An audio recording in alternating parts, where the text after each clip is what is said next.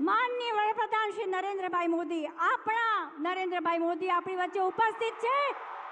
બે હાથ ઊંચા કરીને તાળીઓના ગડગડાટથી માનનીય મોદી સાહેબનું આપણે સ્વાગત કરીએ છીએ।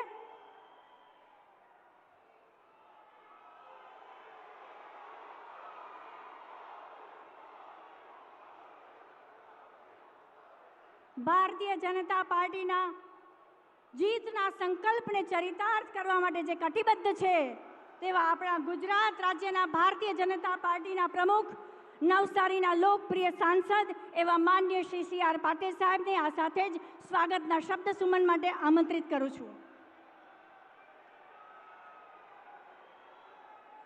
ભારત માતા કી, બંને હાથ ઊંચા કરીને વંદે, જય શ્રી રામ।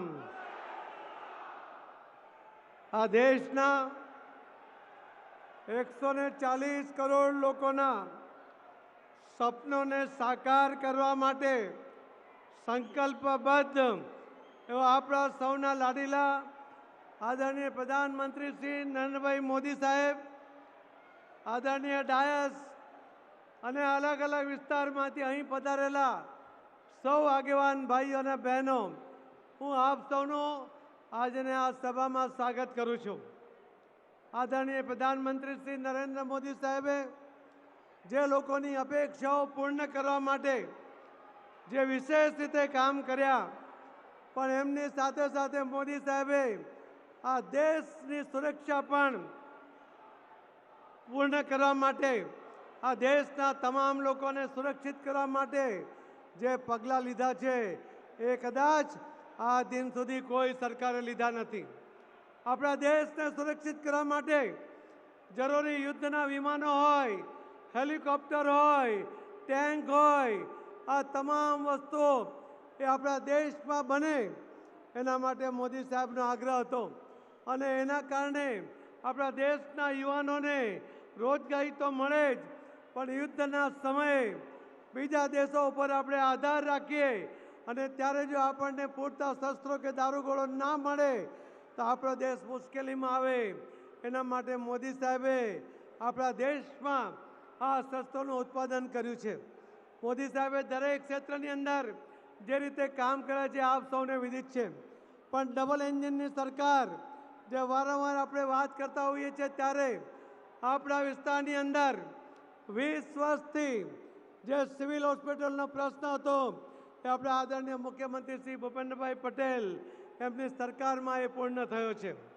આપ સૌને જે કોમ્પ્લેક્સની જરૂર હતી, સ્પોર્ટ્સ કોમ્પ્લેક્સની જરૂર હતી, એ સપનું પણ એ અપેક્ષા પણ આપની પૂર્ણ થઈ છે અને આદરણીય મોદી સાહેબના જે નળ સે જલ એના માટે યોજનાનો લાભ આપ સૌને 100% મળ્યો છે। એવા આપણા આદરણીય પ્રધાનમંત્રી શ્રી મોદી સાહેબને આપણે આજે સાંભળીએ। એ જ વાત સાથે આપ સૌને ફરીથી આપના સ્વાગત સાથે મારી વાતને વિરામ આપું છું। જય જય ગરી ગુજરાત, ભારત માતા કી જય।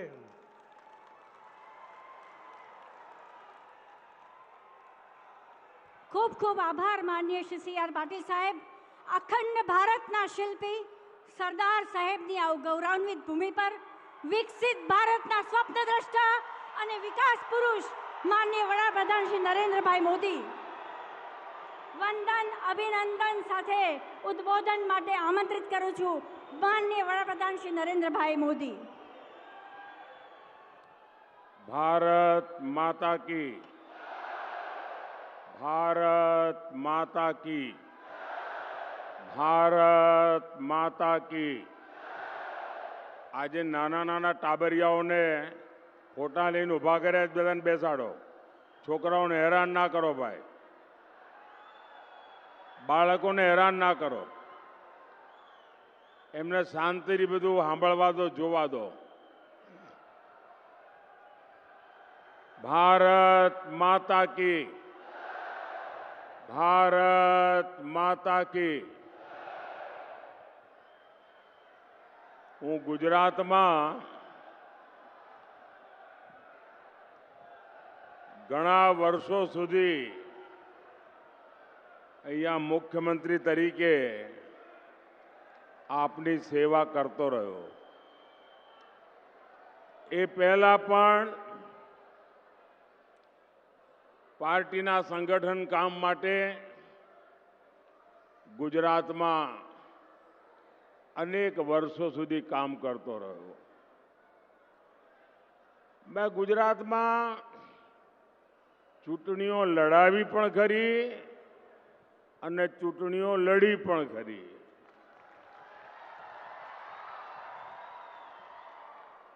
સભાઓ પણ કરી ને રેલીઓ પણ કરી. પરંતુ આજે મારે કહેવું પડશે કે આપણે ત્યાં ગુજરાતમાં બપોરે 11-12 વાગ્યા પહેલા જો કોઈ સભા કરવી હોય ને તો લોઢાના ચણા ચાવવા પડે.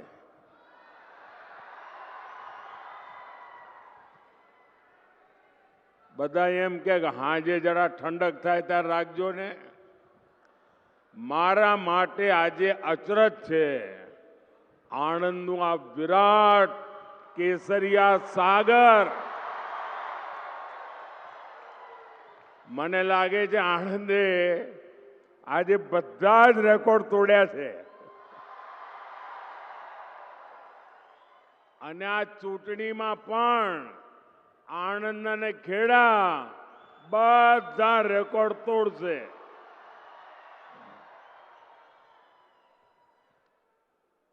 2014માં આપે સૌએ મને દેશની સેવા કરવા માટે મોકલ્યો અને તમે જે મને શિક્ષણ આપ્યું, તમે મને જે ઘડતર કર્યું, સરદાર સાહેબની આ ભૂમિમાંથી હું જે શીખ્યો, એ બધું આજે મને દેશની સેવા કરતી વખતે લેખે લાગે છે, કામે આવે છે. સાથીઓ, આપણે જ્યારે ગુજરાતમાં કામ કરતા હતા ત્યારે આપણો ગુજરાતનો એક મંત્ર હતો કે ભારતના વિકાસ માટે ગુજરાતનો વિકાસ. આપણે એવું ક્યારેય નહોતા કહેતા કે દેશનું જે થવું હોય થાય, અમારા ગુજરાતનું થાય, એવું નહોતા કહેતા. આપણે હંમેશા કહેતા હતા ભારતના વિકાસ માટે ગુજરાતનો વિકાસ. અને હવે જ્યારે આપે મને દેશનું કામ સોંપ્યું છે ત્યારે મારું એક જ સપનું છે કે 2047માં જ્યારે ભારતની આઝાદીના 100 વર્ષ થાય ત્યારે આપણું હિન્દુસ્તાન વિકસિત ભારત હોવું જોઈએ અને આપણું ગુજરાત પણ વિકસિત ભારત હોવું જોઈએ. અને વિકસિતનો મતલબ શું છે એ આણંદ ખેડાવાળાને ના સમજાવવું પડે, કારણ એમણે આખી દુનિયા જોયેલી છે. સમૃદ્ધ દુનિયા કેવી હોય એમને ખબર છે, પ્રગતિ કેવી હોય એમણે જોઈ છે. અને એમના કુટુંબીજનો આજે પણ દુનિયાના સમૃદ્ધ દેશોમાં રહે છે. આપણે એવું બનાવવાનું છે.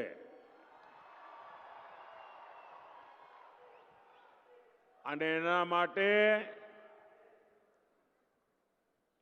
માટે મારી પળે પળ આપના માટે, મારી પળે પળ દેશના માટે. એટલે મેં દેશને ગેરંટી આપી છે 24/7 ફોર 2047.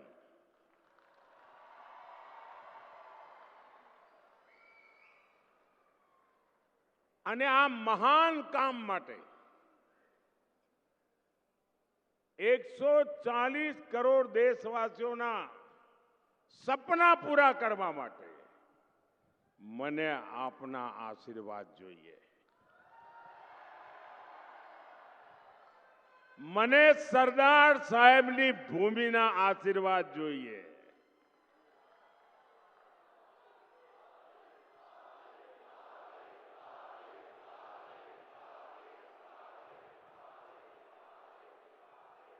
આખા દેશમાંથી આશીર્વાદ મળે, પણ જ્યારે સરદાર સાહેબની ભૂમિના આશીર્વાદ મળે ને તો એને 4 ચાંદ લાગી જાય. અને એટલા માટે હું આજે ગુજરાતની ધરતી પાસે આશીર્વાદ માંગવા માટે આવ્યો છું.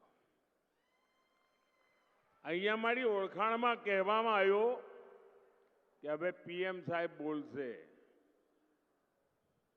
કેવું આમ અતડું લાગે.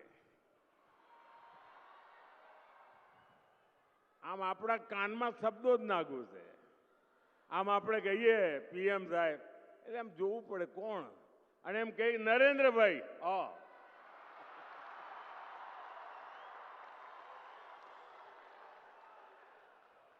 આપણા નરેન્દ્રભાઈ, એની જે મજા છે ને ભાઈ, એ પીએમ સાહેબ માં ન હોય. અને જ્યારે ઘેર આવીએ અને ઘરના સ્વજનો, નરેન્દ્રભાઈ કેમ છો, એટલે મને તો કોઈ પણ ગુજરાતનો ભાઈ મળે એટલે સીધું નરેન્દ્રભાઈ હેલો સમજી જાઉં. દુનિયાના કોઈ પણ દેશમાં જાઓ એટલે એકાદ તો મળે જ. પણ ભાઈઓ બહેનો, તમારો આ પ્રેમ, તમારા આશીર્વાદ એ ખરેખર મારા જીવનની મોટી મૂડી છે. भाइयों और बहनों, देश ने 60 साल तक कांग्रेस का राज देखा है और देश ने 10 साल भाजपा का सेवा काल भी देखा है. वो शासन काल था, ये सेवा काल है. कांग्रेस के 60 साल के शासन में करीब 60% ग्रामीण आबादी के पास टॉयलेट नहीं था, शौचालय नहीं था. ये 60 साल के बाद 10 साल में भाजपा सरकार ने इस देश में 100% टॉयलेट बना दिए.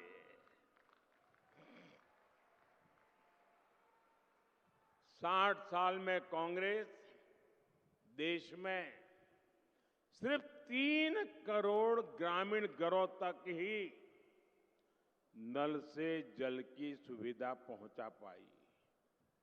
यानी कि 20% भी नहीं, 20% से भी कम घरों में वो नल से जल पहुंचा पाई.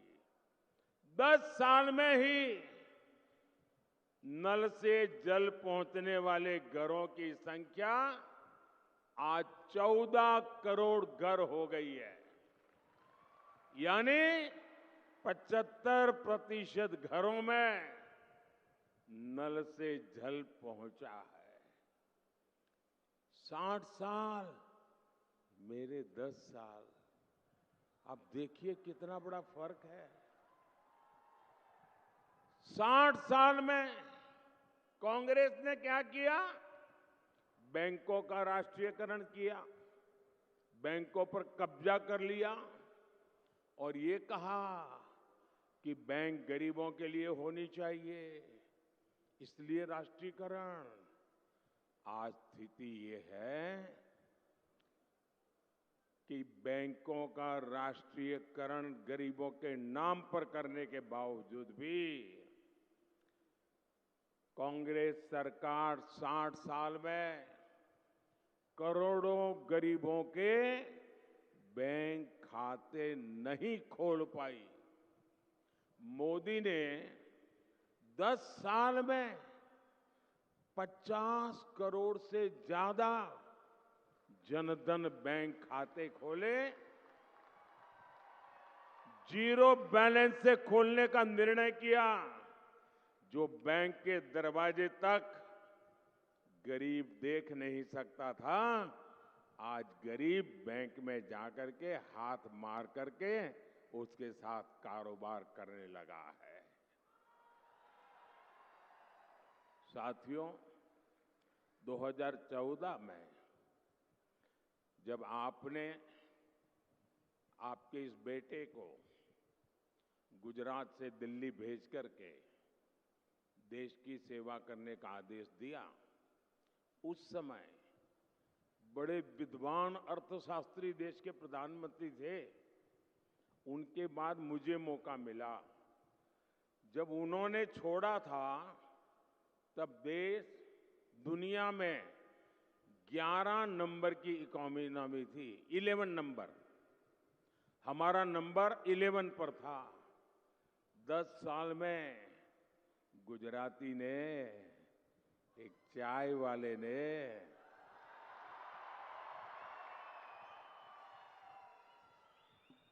देश की इकोनॉमी को 11 नंबर से 5 नंबर पर पहुंचा दिया।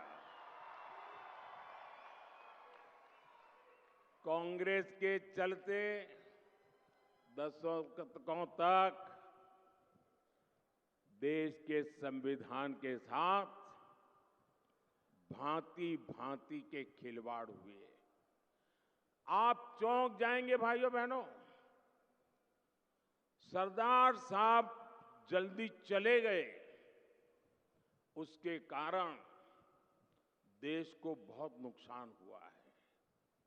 और मेरे मन में कसक है कि सरदार साहब के सपने भी पूरे करने की कोशिश करो।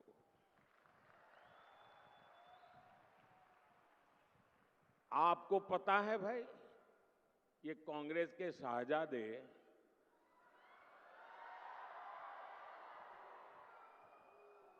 माथे पर संविधान रख करके नाच रहे हैं आजकल, देखा होगा आपने। लेकिन जरा कांग्रेस मुझे जवाब दे, जिस संविधान को आज माथे पर रख करके नाच रहे हो, क्या इस देश में 75 साल तक हिंदुस्तान के सभी हिस्सों पर ये संविधान लागू नहीं होता था? मोदी के आने के पहले इस देश में 2 संविधान चलते थे, 2 झंडे चलते थे, 2 प्रधानमंत्री थे। ये संविधान माथे पर लेकर के नाचने वाले शाहजादे आपकी पार्टी कांग्रेस ने, आपके परिवारजनों ने देश में संविधान लागू नहीं होने दिया था। कश्मीर में हिंदुस्तान का संविधान लागू नहीं होता था। धारा 370 दीवार बन के बैठी थी। ये सरदार पटेल की भूमि से आए हुए बेटे ने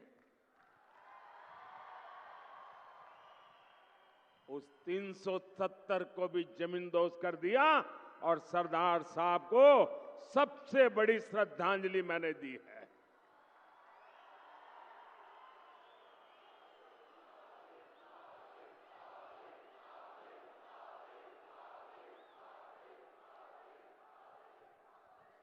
मैंने सिर्फ स्टैच्यू ऑफ यूनिटी, दुनिया का सबसे बड़ा स्टैच्यू बनाकर सरदार साहब को अंजलि दी है, इतना ही नहीं, मैंने कश्मीर में तिरंगा झंडा फहराकर, कश्मीर में संविधान लागू कर, कश्मीर में 370 हटाकर सरदार साहब के सपने को पूरा किया है।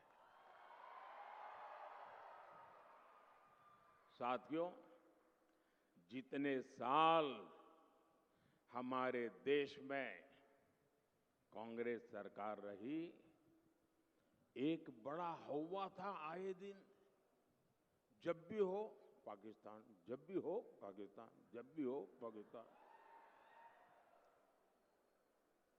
आज देखिए, ये पाकिस्तान के आतंक का टायर पंक्चर हो गया है।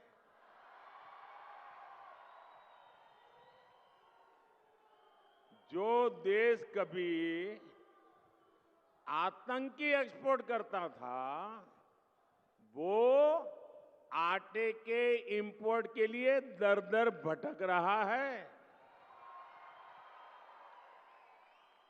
जिसके हाथ में कभी बम गोला था, उसके हाथ में आज भीख का कटोरा है।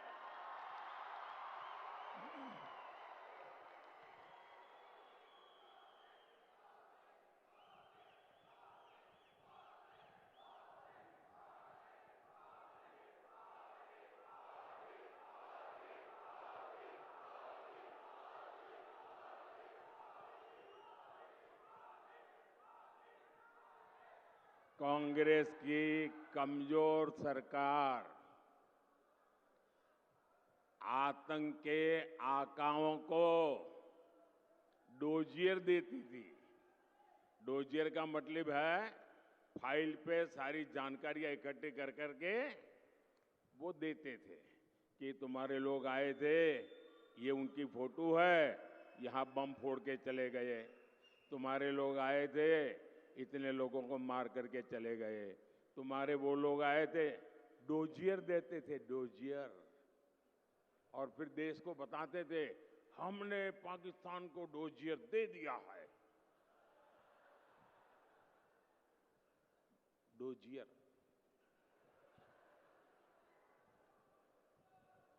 और मोदी की मजबूत सरकार देखिए, डोजियर बोजियर में टाइम खराब नहीं करते।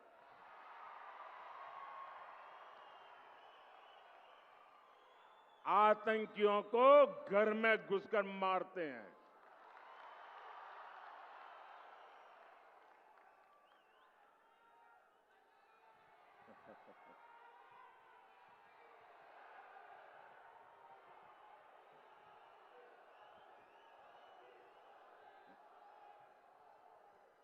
और साथियों, संयोग देखिए, आज जब भारत में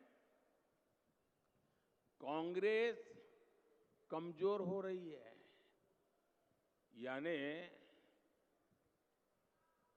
सूक्ष्मदर्शक यंत्र लेकर के भी कांग्रेस को ढूंढना मुश्किल हो रहा है।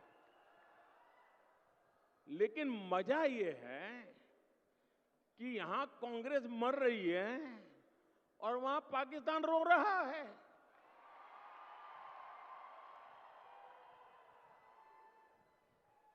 आपको पता चला होगा, कांग्रेस के लिए अब पाकिस्तानी नेता दुआ कर रहे हैं। शहजादे को प्रधानमंत्री बनाने के लिए पाकिस्तान उतावला है। आपने कल देखा होगा। और हम तो जानते ही है, कांग्रेस तो पाकिस्तान की मुरीदी है। पाकिस्तान और कांग्रेस की ये पार्टनरशिप अब पूरी तरह एक्सपोज हो गई है। भाइयों और बहनों, देश के दुश्मनों को आज भारत में मजबूत सरकार नहीं चाहिए, उनको कमजोर सरकार चाहिए।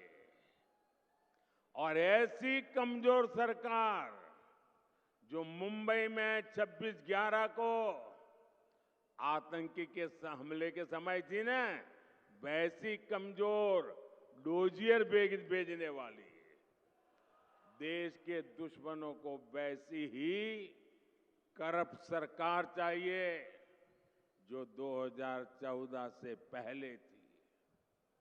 देश के दुश्मनों को वैसी ही अस्थिर सरकार चाहिए जो 2014 से पहले देश में थी। मोदी की मजबूत सरकार न झुकती है और न ही रुकती है, और तभी आज दुनिया कह रही है, दुनिया के विकास को भारत ही गति दे सकता है। भारत पूरी दुनिया के लिए ब्राइट स्पॉट है। दुनिया में झगड़े होते हैं तो भारत को विश्व बंधु के तौर पर झगड़ा सुलझाने वाले देश के तौर पर देखा जाता है। कहीं युद्ध होता है, अभी आपने देखा होगा रशिया और यूक्रेन के बीच लड़ाई चल रही थी। दुनिया के अनेक देशों के लोग वहां फंसे हुए थे, वो वहां से बाहर निकलना चाहते थे और वहां एक ही पासपोर्ट चलता था। दुनिया के किसी भी देश के नागरिक को वो बम गोले के बीच से निकलना हो यूक्रेन में से, तो एक ही पासपोर्ट चलता था और वो पासपोर्ट था मेरे देश का तिरंगा झंडा। पाकिस्तान के लोग भी तिरंगा झंडा दिखाते थे तो वहां की सेना जाने देती थी। आपने यूक्रेन में देखा है, युद्ध के समय जो बच्चे थे वहां, सबने महसूस किया कि भारत के तिरंगे की ताकत क्या बड़ी है। भारत, आप में से तो आए दिन लोग विदेश जाते हैं, आपने देखा होगा आज हिंदुस्तान के पासपोर्ट की ताकत क्या है। हाँ। ये होती है देश की साख। मुझे बताइए मेरे आनंद खेड़ा के भाई बहन, क्या आपको देश की ये मजबूती खबर मिलती है, गर्व होता है कि नहीं होता है? दुनिया गर्व करती है तो आपको गर्व होता है कि नहीं है? आपका माथा ऊंचा होता है कि नहीं होता है? लेकिन ये कांग्रेस, वो क्या कर रही है? कांग्रेस सिर्फ रोती बैठती है और मोदी को गाली दो। डिक्शनरी खोज करके रोज नई गाली निकालते हैं, रोज नई गाली निकालते हैं। और कांग्रेस आज मोदी देश को एक करने के सरदार के सपने को पक्का कर रहा है। कांग्रेस देश को बांटने में जुटी है। कांग्रेस समाज में लड़ाई झगड़ा कराना चाहती है। भाइयों और बहनों, आजकल पूरे देश में एक बहुत बड़ी चर्चा चल रही है। लोग पूछ रहे हैं कि आखिर कांग्रेस इतनी बौखला क्यों गई है? कांग्रेस इतनी संतुलन क्यों खो बैठी है? भाइयों बहनों, कांग्रेस आज फेक फैक्ट्री यानी फर्जी माल की फैक्ट्री बन गई है। मोहब्बत की दुकान बोलकर कांग्रेस झूठ का सामान क्यों बेचने लगी है? आपने देखा होगा जब कांग्रेस का मैनिफेस्टो आया तो मैंने पहले ही बयान दिया था।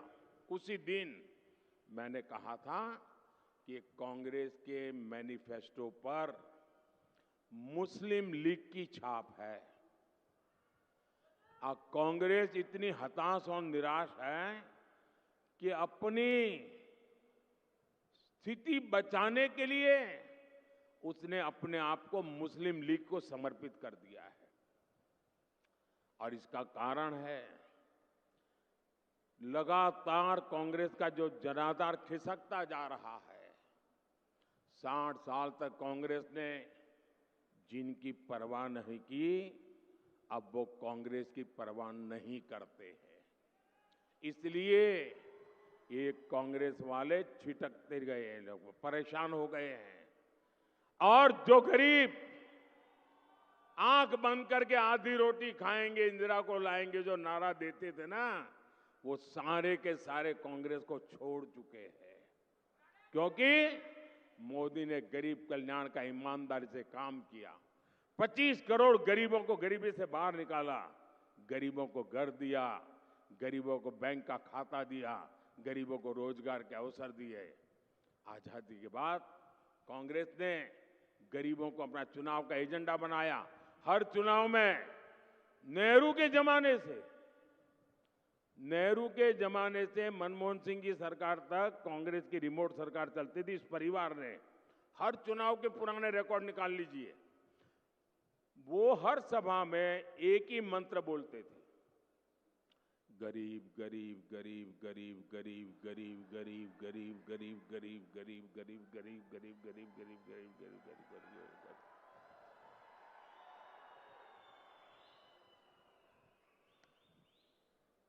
यही उनका खेल चलता था।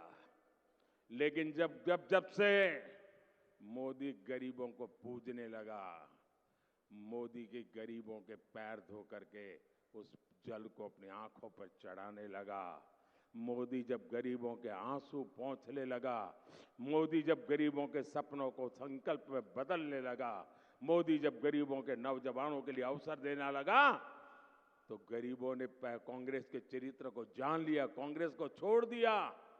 अब कांग्रेस निराश्रित हो गई है।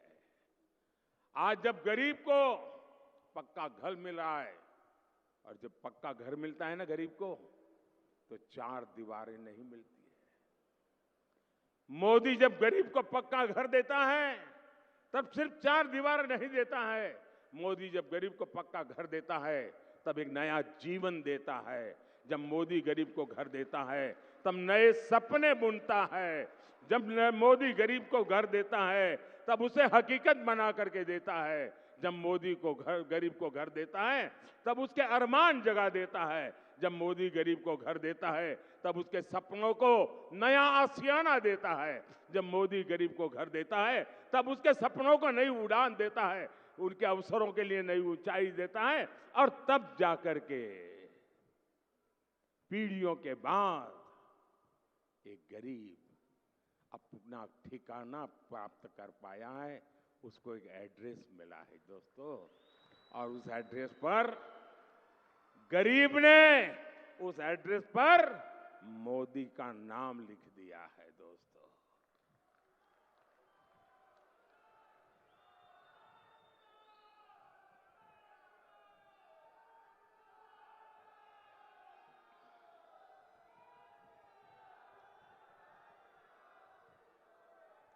साथियों, ऐसा ही कांग्रेस ने SC, ST, OBC उनको भी अंधेरे में रखा, उनके साथ विश्वासघात किया। कांग्रेस ने कभी SC, ST की परवाह नहीं की। 90 के दशक से पहले से कांग्रेस OBC आरक्षण, यानी जिसको अपने गुजरात में बख्शी पंच कहते हैं, बख्शी पंच के लिए, OBC के लिए हर प्रस्ताव को ठुकरा दिया, परवाह नहीं की। बोले ये तो ऐसे ही है, ऐसे ही जीने के लिए पैदा हुई है।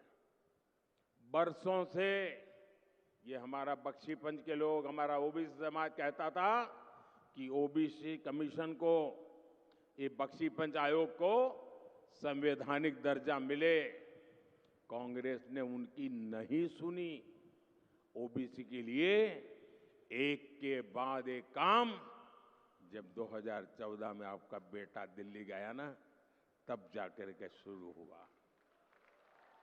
और नतीजा ये हुआ कि OBC, ये हमारे बख्शी पंच के लोग कांग्रेस से दूर भाग गए, पहचान गए कांग्रेस को, और बहुत बड़ी मात्रा में एससी, एसटी, ओबीसी वे आज भारतीय जनता पार्टी की बहुत बड़ी ताकत बन गया। साथियों, कांग्रेस ने कभी समझा ही नहीं कि हमारे देश में आदिवासी समाज भी है। इतने साल तक कांग्रेस ने आदिवासियों के लिए अलग मंत्रालय तक नहीं बनाया। बीजेपी सरकार ने आदिवासियों के लिए अलग मंत्रालय, अलग बजट बनाया। उन्होंने उपेक्षा करते रहे, आदिवासी समूह की जो उपेक्षा वो करते रहे, घनघोर उपेक्षा करते रहे और दशकों तक उन्होंने उपेक्षा की और उनको एक हाशिए में रखा। उन्होंने भी कांग्रेस को किनारा कर लिया। आज देश में आदिवासी बाहुल्य क्षेत्रों से भी कांग्रेस या तो गायब हो चुकी है या तो तीसरे नंबर पे कहीं इंतजार करती खड़ी है। कांग्रेस इन लोगों ने कांग्रेस के छुटकारा ले लिया। आज बीजेपी के एमएलए, एमपी की संख्या सबसे ज्यादा बीजेपी की एससी, एसटी, ओबीसी है। आज मेरे मंत्री परिषद में 60% से ज्यादा एससी, एसटी, ओबीसी समुदाय के लोग हैं और इसलिए कांग्रेस को लगता है सब कुछ लूट गया। अब आने वाले 100 साल तक कहीं कोई किनारा नजर नहीं आ रहा है और इसलिए आज कांग्रेस गरीब को नफरत करने लगी है। आज एससी, एसटी, ओबीसी इनको नफरत करने लगते हैं और ये बात कांग्रेस को बर्दाश्त नहीं हो रही है। भाइयों बहनों, कांग्रेस एससी, एसटी, ओबीसी को बहुत नाराज है। उनकी वोट बैंक चली गई है और इसलिए हम नई साजिश रच रहे हैं और नई साजिश रची है। साथियों,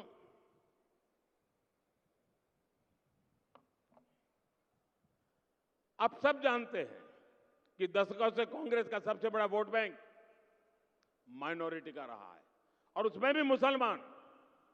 इस वोट बैंक को उन्होंने बहुत पाला पोसा है, बहुत खातिरदारी की है। बीते दशकों में क्षेत्रीय दलों ने कांग्रेस के इस वोट बैंक में भी सेंधमारी कर दी। जो प्रादेशिक पक्ष है ना, उन्होंने उसमें से क्योंकि कांग्रेस 10 बोलती थी वो 20 बोलते थे, कांग्रेस 25 बोलती थी 50। उनको पता चल गया है कि कांग्रेस को मारने का यही तरीका है। तो जो प्रादेशिक पक्ष पैदा हुए उसमें से बहुत सारे उन्होंने कांग्रेस को जो मोनोपोली थी माइनॉरिटी की उस पर भी डाका डाल दिया। इसलिए अब कांग्रेस नई नीति रणनीति बना रही है। जब कांग्रेस सत्ता या विपक्ष में, वहां माइनॉरिटी के वोट बैंक को साथ रखने के लिए तुष्टीकरण में और तेजी से आगे बढ़ रही है। कांग्रेस ने अल्पसंख्यकों को अपने साथ रखने के लिए ओबीसी और दलितों के आरक्षण का कोटा मुसलमानों को देना तय किया है। इसके लिए कांग्रेस पार्टी संविधान बदलना चाहती है। कांग्रेस चाहती है कि एससी, एसटी, ओबीसी के उनके हक का जो आरक्षण है वो अपने खास वोट बैंक को दे सके। कांग्रेस की साजिश के बारे में पहले ना कांग्रेस के दरबारी कुछ कहते थे और ना ही उनके लोग। 24 के चुनाव में मोदी ने कांग्रेस की ये सारी साजिश देश के सामने रख दी है। इसलिए कांग्रेस और उसके दरबारी मोदी से इतना गुस्से में है। ये चाहे जितना भी गुस्सा कर ले, मोदी आज पूरे देश को ये गारंटी दे रहा है कि एसटी, एससी, ओबीसी और सामान्य वर्ग के जो गरीब लोग हैं उनका जो आरक्षण है, जो संविधान के तहत मिला हुआ है, बाबा साहब आंबेडकर के द्वारा मिला हुआ है, भारत की संसद ने दिया हुआ है, ये बीजेपी की गारंटी है, ये मोदी की गारंटी है, ये बीजेपी सरकार की गारंटी है कि धर्म के आधार पर किसी को भी एससी, एसटी, ओबीसी और जनरल के आरक्षण में से रत्ती भर भी हाथ नहीं लगाए दिया जाएगा।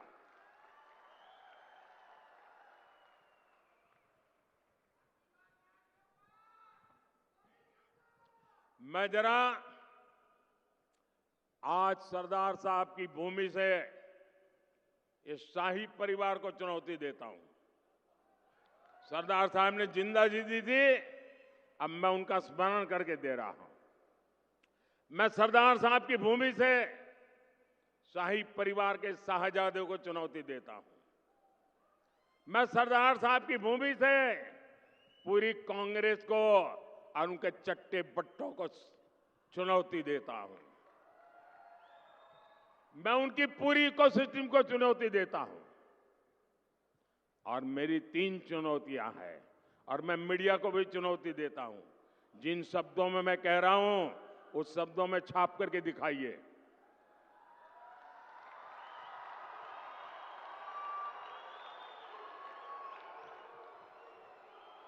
उनको लगता है कि मोदी ने बात छाप दी, टीवी में दिखा दी, तो शायद कांग्रेस कहीं की नहीं रहेगी। मेरी 3 चुनौतियां हैं कांग्रेस और कांग्रेस के पूरे इकोसिस्टम को। पहली चुनौती, कांग्रेस और उनके चट्टे बट्टे देश को लिखित में गारंटी दें कि वो संविधान बदलकर धर्म के आधार पर मुसलमानों को आरक्षण नहीं देंगी। देश को बांटने का काम नहीं करेगी। मेरी दूसरी चुनौती है, कांग्रेस देश को लिखित में दे कि वो एसटी, एससी, ओबीसी को मिलने वाले आरक्षण में सेंधमारी नहीं करेगी, उनका अधिकार नहीं छीनेगी, डाका नहीं डालेगी। मेरी तीसरी चुनौती है, कांग्रेस देश को लिखित में गारंटी दे कि जिन जिन राज्यों में कांग्रेस की और उसके साथियों की सरकार है, वो कभी भी वोट बैंक की गंदी राजनीति नहीं करेंगे। वो बैकडोर से ओबीसी का कोटा काटकर मुसलमानों को आरक्षण नहीं देंगी। ये मेरी 3 चुनौतियां हैं। शाहजादे, हिम्मत हो तो आ जाओ। संविधान को माथे पर लेकर के नाचने से बात नहीं बनती है। संविधान के लिए जीना, संविधान के लिए मरना, ये सीखना है तो मोदी के पास आओ।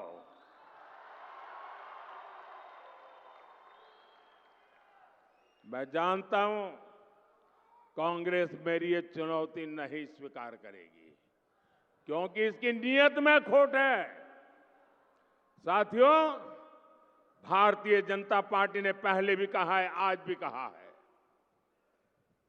देश की एकता और अखंडता के लिए, देश के सर्वांगीण विकास के लिए हमारे एससी, एसटी समुदाय, हमारा ओबीसी समुदाय, हमारे जनरल समुदाय के गरीब वर्ग, उनको जो अधिकार मिले हैं, उन अधिकारों को न कभी हम हाथ लगाएंगे और न ही हम किसी को हाथ लगाने देंगे। साथियों, इंडी गठबंधन की एक और रणनीति की पोल उसके ही नेता ने देश के सामने खोल दी है। अब इंडी गठबंधन ने मुसलमानों से वोट जिहाद करने को कहा है। अब बताइए, हमने लव जिहाद सुना था, लैंड जिहाद सुना था और वोट जिहाद, और वो भी पढ़े लिखे मुसलमान के परिवार से बात आई है। सामान्य मदरसा से निकले हुए किसी बच्चे ने नहीं कहा है।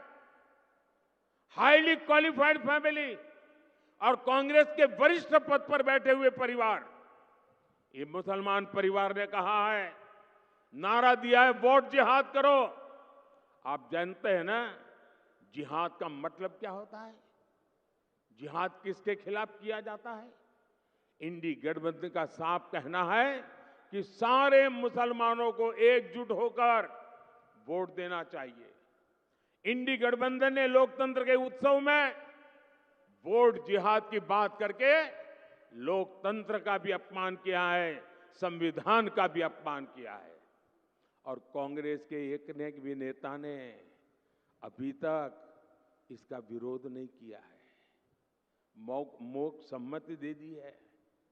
ये वोट जिहाद की बात भी कांग्रेस की तुष्टीकरण की नीति को ही आगे बढ़ाती है। एक तरफ इंडी गठबंधन एसटी, एससी, ओबीसी सामान्य वर्ग को बांटने में जुटा है और दूसरी तरफ वोट जिहाद का नारा लगा रहा है। आज समझ सकते हैं कि इंडी गठबंधन के इरादे कितने खतरनाक हैं। साथियों, मैं बहुत लंबा बोल गया। भाई मारे आजे 4 સભાઓ કરીને રાત્રે કલકત્તા પહોંચવાનું છે। અહીંથી સુરેન્દ્રનગર, જુનાગઢ, જામનગર ને ત્યાંથી કલકત્તા, આટલું પૂરતું છે ને? હવે વિજય પાક્કો ને? વધુમાં વધુ મતદાન થશે ને? મતદાનના જૂના રેકોર્ડ તોડીશું। ગમે તેટલી ગરમી હોય તો એ તોડીશું। 7 મઈ 7મી મે હવે 5 જ દાડા બાકી રહ્યા છે ને ભાઈ। હવે આ 5 દાડા તો પૂરી તાકાત લગાવવી પડે હો। સમાજના બધા વર્ગોને જોડે લઈને આપણે આ વખતે ગુજરાતમાંથી બધી લોકસભાની સીટો તો મોકલવાની જ છે અને મને ખાતરી છે કે તમારો દીકરો ત્યાં બેઠો હોય અને તમે કમળ ના ચડાવે એવું બને કાંઈ? અને મને તો કોઈએ કહ્યું સાહેબ ગુજરાતમાં તો તમે પ્રચાર માટે ના આવો, પણ હું પ્રચાર કરવા આવ્યો જ નથી। હું તો તમારા દર્શન કરવા આવ્યો છું, તમારા આશીર્વાદ લેવા આવ્યો છું અને તમારા બધાનો ઉત્સાહ જોઈને મને ઉર્જા મળે એટલા માટે આવ્યો છું। પણ આપણે બધા પોલિંગ બૂથ જીતવા છે ભાઈ, જીતીશું। અને મારો તો આગ્રહ છે કે સવારમાં દરેક પંચના પ્રમુખ 25-25, 30-30 વોટરનું થાળી વગાડતા વગાડતા ગીત ગાતા ગાતા લોકશાહીનો ઉત્સવ મનાવતા મનાવતા વોટ આપવા જાય। લોકશાહીનો ઉત્સવ હોવો જોઈએ, ખાલી પોલિંગ બૂથ પાસે ફુગ્ગા લાગે એવું નહીં। આખા પોલિંગ બૂથના બધા ઘરોમાં ઉત્સવનું વાતાવરણ હોય ભાઈ। લોકશાહી છે અને દીકરો આપણો ત્યાં બેઠો છે ભાઈ। તો ગુજરાતે તો જબરદસ્ત ઉત્સવ મનાવવો જોઈએ। ગમે તેટલી ગરમી હોય, રજાઓનો ઢગલો હોય સામે, તો પણ પહેલું કામ મતદાન, પછી જલપાન। આપણા ત્યાં આણંદમાંથી અમારા સાથી ભાઈ મિતેશ પટેલ અને ખેડાથી અમારા સાથી ભાઈ દેવુસિંહ ચૌહાણ અને ખંભાત વિધાનસભામાં ભાઈ ચિરાગ પટેલ, આ અમારા ત્રણેય સાથીઓને આપ વિજયી બનાવો। મારી સાથે બોલો, ભારત માતા की, भारत माता की, भारत माता की जय सरदार, जय सरदार, जय सरदार।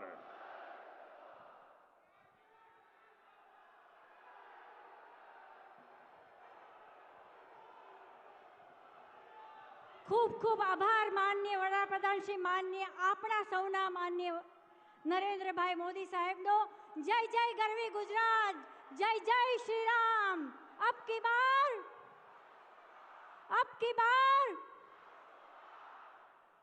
વંદે વંદે. ચરોતરની આ ભૂમિ, આણંદ અને ખેડાની આ ભૂમિમાંથી આજે માન્ય નરેન્દ્રભાઈ મોદીને આપણે વિશ્વાસ આપીએ છીએ, વચન આપીએ છીએ, વિજય ભવ વિજય ભવ વિજય ભવ. પ્રચંડ તાળીઓના ગુંજથી આપણે માન્ય વડાપ્રધાનશ્રી તેમજ આપણા લોકસભાના ઉમેદવારશ્રીઓનું તાળીઓના ગડગડાટથી અભિવાદન કરીએ છીએ અને એમને વચન આપીએ છીએ કે આપણે એમની સાથે છીએ.